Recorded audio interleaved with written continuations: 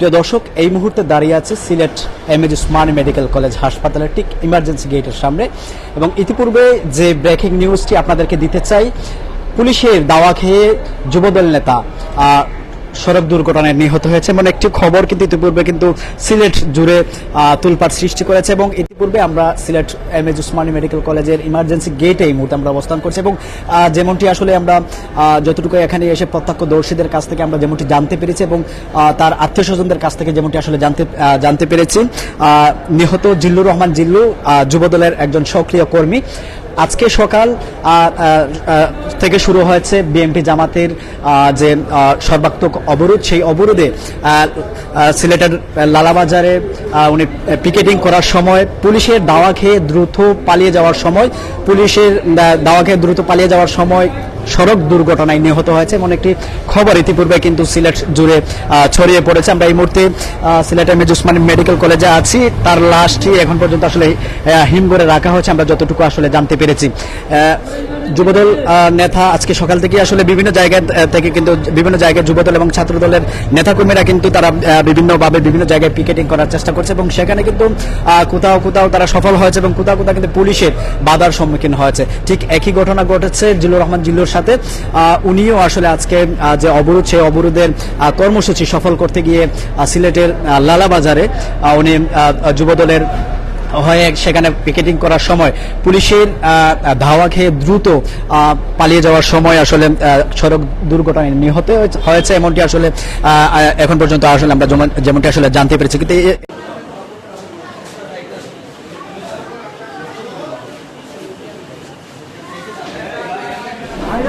যেমনটি আসলে আগে আপনাদেরকে জানাচ্ছিলাম, ঠিক একই আপডেট আমরা আপনাদেরকে দিতে চাই। এখন মেয়র আরিফুল হক চৌধুরী আসলে দুর্ঘটনার খবর পেয়ে কিন্তু উনি আজকে দ্রুত মেডিকেলে ছুটে এসেছে এবং এখানে উনি আসলে সাংবাদিকদের সাথে ব্রিফ করবেন।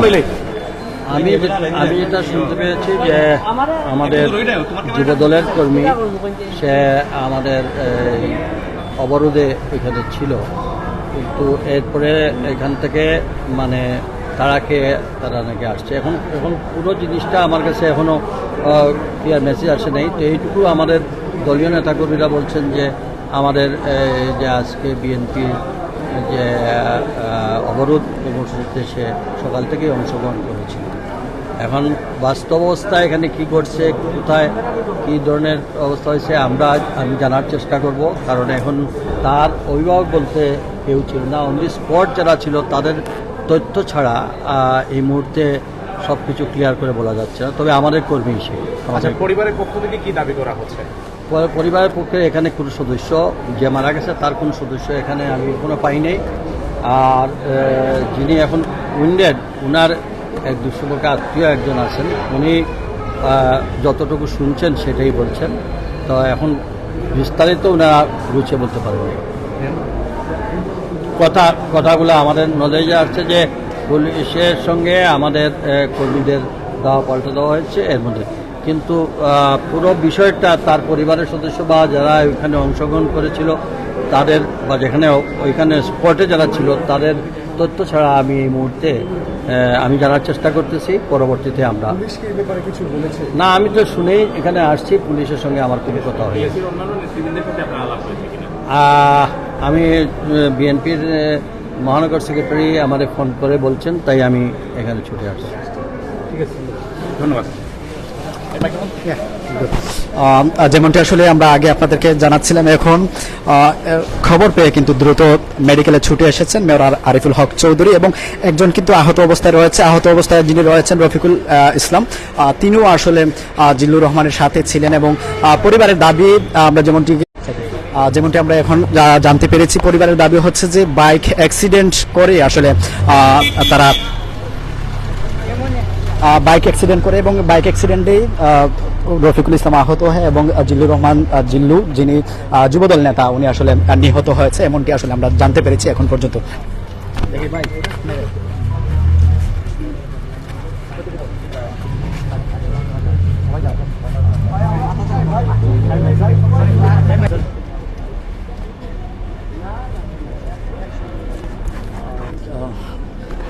যেমনটি আসলে এখন পর্যন্ত আমরা জানতে পেরেছি এবং পরিবারের দাবি হচ্ছে যে মোটরসাইকেল অ্যাক্সিডেন্ট করেই আসলে রফিকুল ইসলাম এবং নিহত জিল্লুর রহমান তারা মোটরসাইকেল যুগে আসলে বিশ্বনাথের উদ্দেশ্যে যাত্রা করেছিল এবং সেখানে আসলে যাত্রাপথে আসলে মোটরসাইকেল দুর্ঘটনা ঘটে এবং সেই দুর্ঘটনায় জিল্লুর রহমান যুবদল নেতা তিনি নিহত হয় এবং একই ঘটনায় কিন্তু রফিকুল ইসলাম নামে একজন আহত হয়েছে বলে আমরা এখন পর্যন্ত পরিবারের কাছ থেকে আসলে আমরা যেমনটি জানতে পেরেছি। এবং আপনার কাছ থেকে একটু জানতে চাচ্ছি, আপনি আহত রফিকুল ইসলামের পরিবারের সাথে কথা বলেছেন এবং পুলিশের সাথেও আপনি কথা বলেছেন। সর্বশেষ আসলে বিএনপি যুবদলের পক্ষ থেকে বলা হচ্ছে যে পিকেটিং করা অবস্থায় পুলিশের হেফাজতে আসলে মৃত্যু হয়েছে জিল্লুর রহমান নামে। আসলে এই বিষয়টি আপনি এখন পর্যন্ত পরিবারের সাথে কথা বলেছেন, পরিবারের কাছ থেকে কি জানতে পেরেছেন? এখানে যে মারা গেছে তার পরিবারের কোন সদস্য আমার সামনে আহত যে আছে এটাও উনি বলতে পারেন না। উনি তো ঘরে ছিলেন, একজন মহিলা, ওনাকে ওনার বাগ্নি ইনফরমেশন পেয়ে উনি চলে আসছে। তা আমি এখন পর্যন্ত কোনো ইনফরমেশন আমার কাছে পরিষ্কার করে বলা, তো আমাদের দলের পক্ষ থেকে আমাকে বলা হয়েছে যে ওইখানে পিকেটিংরত অবস্থায় তাকে দেওয়া হয়েছে, মানে সে মৃত্যুবরণ করেছে। তো এখন এটা পুলিশের হেফাজতে না পুলিশের গুলিতে, আমি তো পুরো জিনিসটা আমি জানার চেষ্টা করতেছি। সব কিছু পরিষ্কার হলে পরেই আমরা আবার আপনাদের সামনে উপস্থিত। হিমগড়ে যে জিল্লুর রহমান জিল্লুর নিতর দেহ রাখা হয়েছে, সেখানে আসলে তার মরদেহটি ইতিপূর্বে দেখেছেন মেয়র আরিফুল হক চৌধুরী।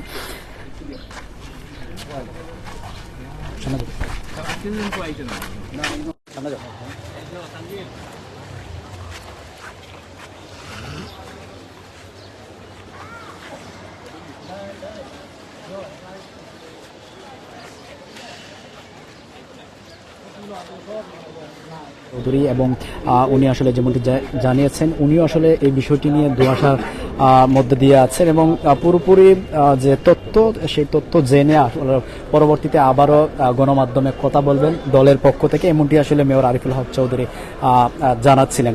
এবং সর্বোপরি আসলে এই ঘটনাকে কেন্দ্র করে কিন্তু তিনটি দিক কিন্তু আমাদের দিকে উঠে আসছে। পরে আহত রফিকুল ইসলামের পরিবারের দাবি যে মোটরসাইকেল দুর্ঘটনায় তারা নিছক একটি দুর্ঘটনায়, সেই দুর্ঘটনায় কিন্তু আহত হয়েছেন রফিকুল ইসলাম এবং নিহত হয়েছেন জিল্লুর রহমান।